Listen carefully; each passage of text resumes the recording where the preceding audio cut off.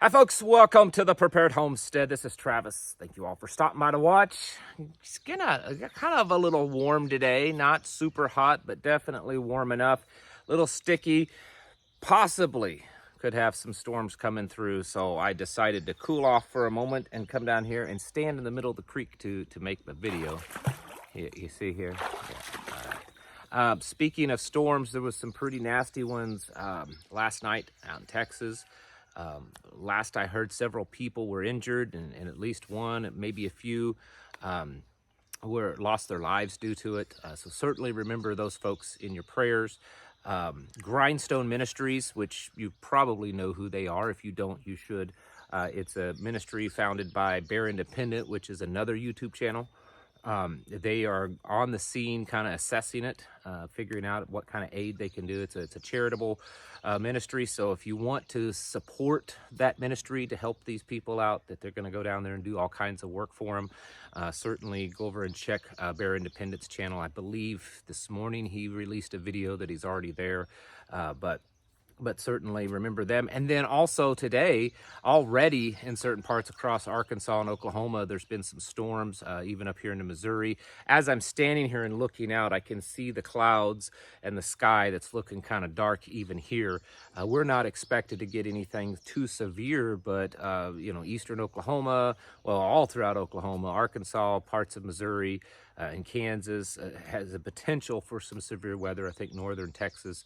So certainly be ready for that, because that's part of why we prepare. I mean, it's not just for the end of the world apocalypse. It's also for when, well, Mother Nature strikes. So be ready for that. I also wanted to mention that as soon as I get done recording this video, my wife and I are going to record a video, something that we've been working on for, I don't know, 2 weeks now.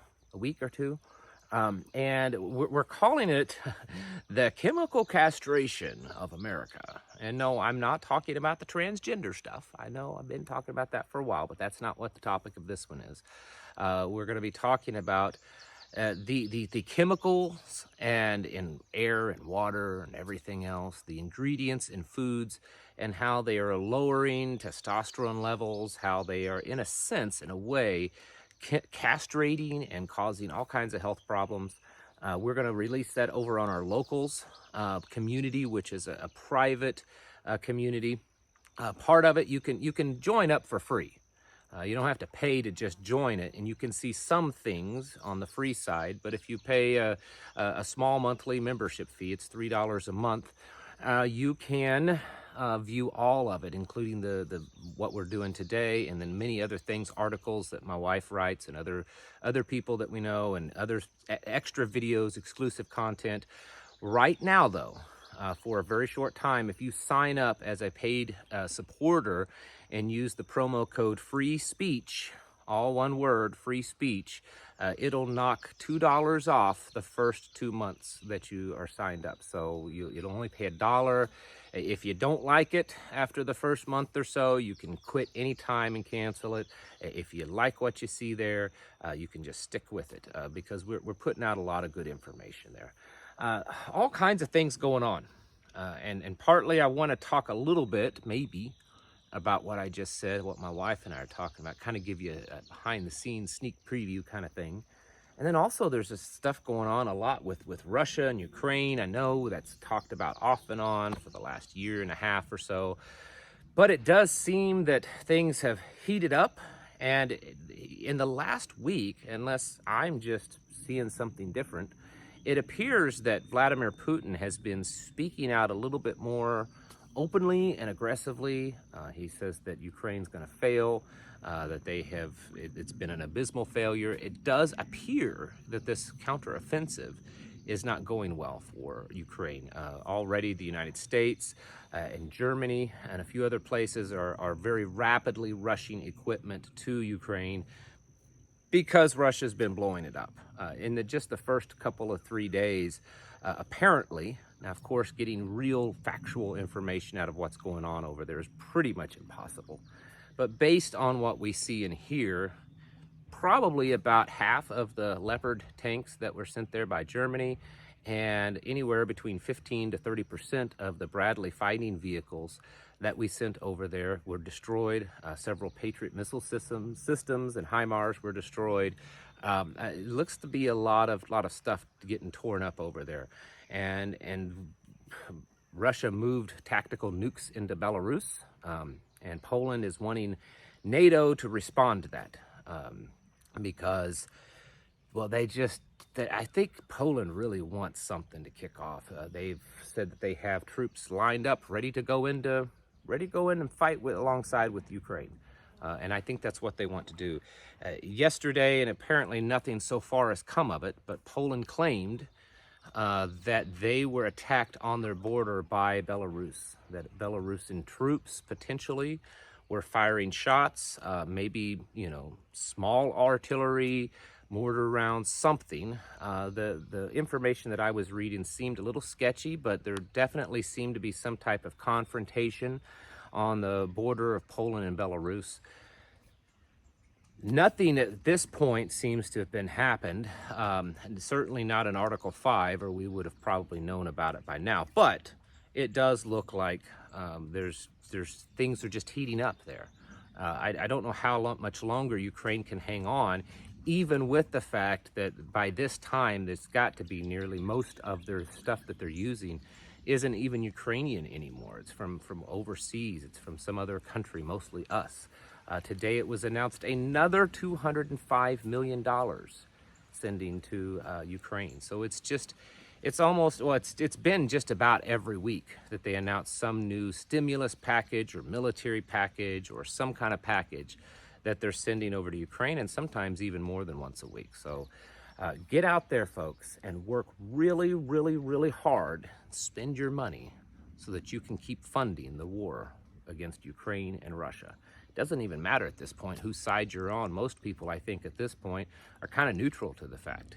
All I can tell you is that Ukraine and Russia aren't United States, so I don't know why we're even messing with it. The thing that my wife and I are going to talk about, I think it's very interesting, and I think a lot of folks should be paying attention. I know a lot of you are.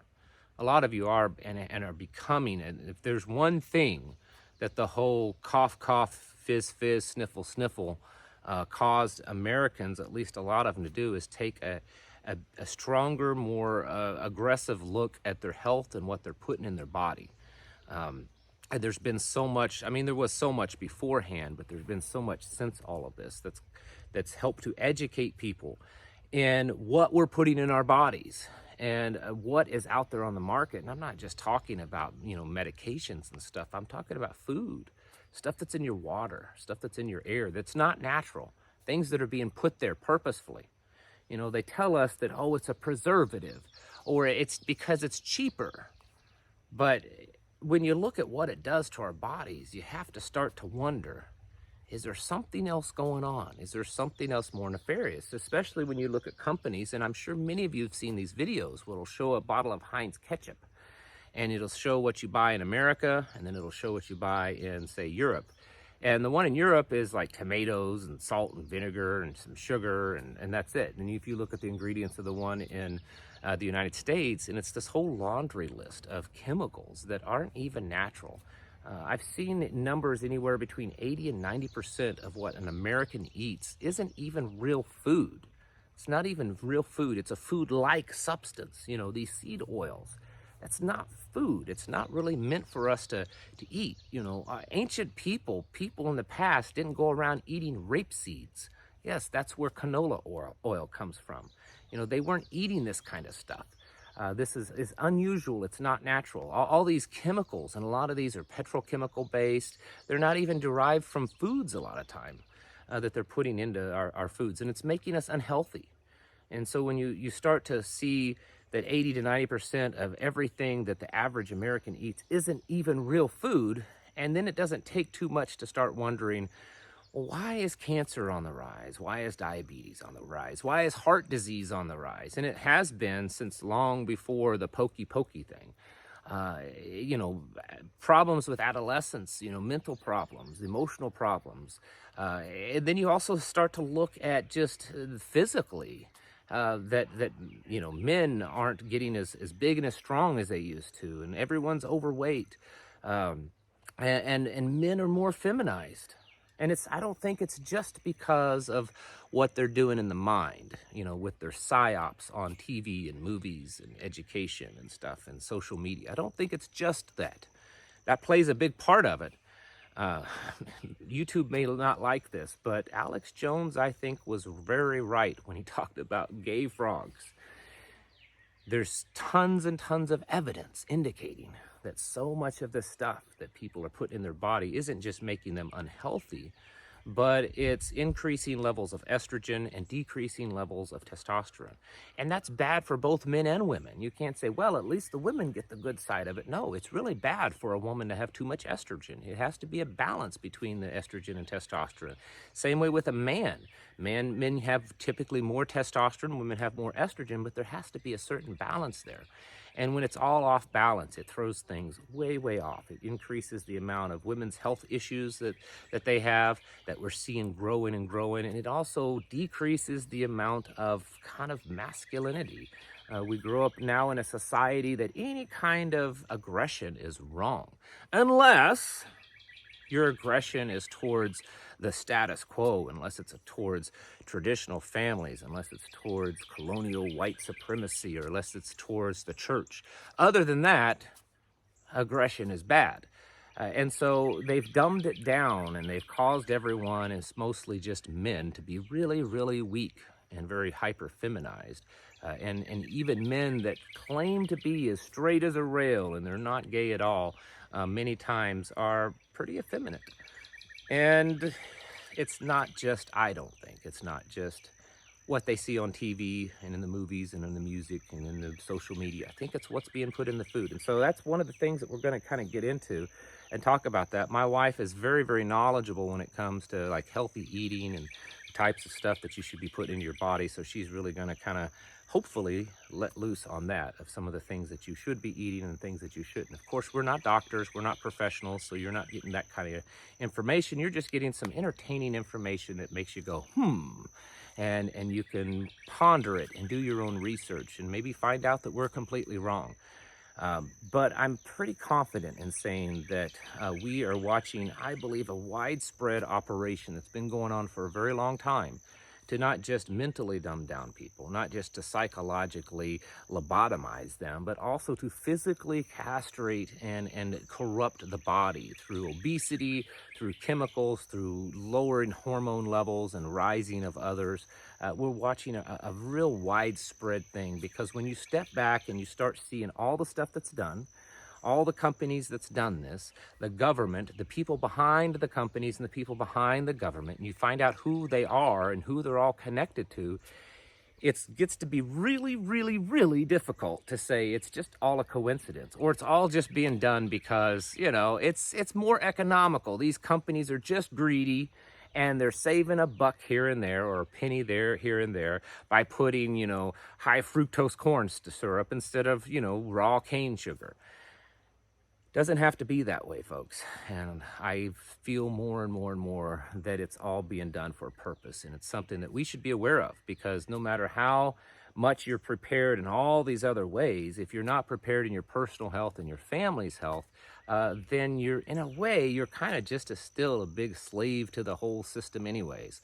So I'm not going to get on here and go all health nut on you, but we should certainly be aware of the junk that we're putting into our bodies, folks. There's many, many ways to be getting your houses in order, and we really should be doing all of them, because this is bigger than one little thing going on. We're watching our society, our civilization fall apart and collapse so that they can build up their new world order. It's just what it is. We should accept that and push forward so that we can get prepared, because I believe we are entering those days of Noah and those birthing pangs that's spoken about back in Matthew. And aside from the spiritual stuff, you need to be getting yourself physically and mentally prepared for that. But you also need to be working on the spiritual stuff of getting your houses in order, yourself and your family, because we're seeing all of this stuff. It's all spiritual warfare. Folks, right now is the time to get it all in order and do the things you need to be doing to get ready. Thank you all for watching, and I'll catch you in the next video.